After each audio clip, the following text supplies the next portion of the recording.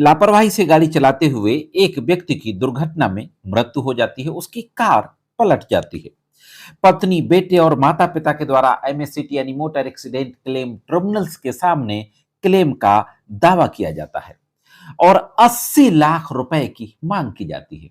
हम जानते हैं कि मोटर व्हीकल जो एक्ट है 1980 एक्ट का, उसकी धारा 166 के तहत ये मोटर एक्सीडेंट क्लेम का दावा किया जाता है।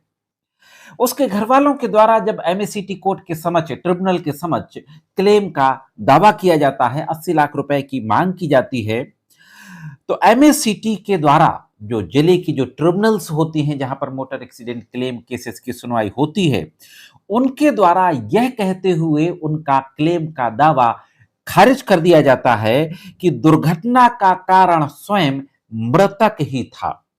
और ऐसी स्थिति में जहां की दुर्घटना का कारण मृतक ही हो, उसके उत्तराधिकारियों को किसी भी तरीके का मुआवजा पाने का अधिकार नहीं है। अब एमएससीटी के इस ऑर्डर के खिलाफ उसके परिजनों के द्वारा हाई कोर्ट के सामने अपील की जाती है। हाई कोर्ट के द्वारा बहुत महत्वपूर्ण बात कही जाती है।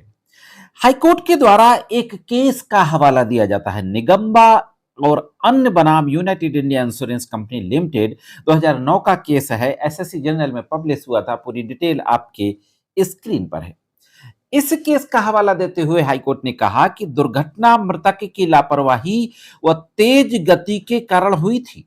हाँ दोस्तों, जिसने उल्लंघन किया वह स्वयं अपने गलत काम का मुआवजा ले रहा है। अगर हमने इसको मुआवजा दे दिया इस मामले में, तो इसका सीधा मतलब यही होगा कि जिसने गलती की वो खुद अपनी गलती का मुआवजा ले रहा है।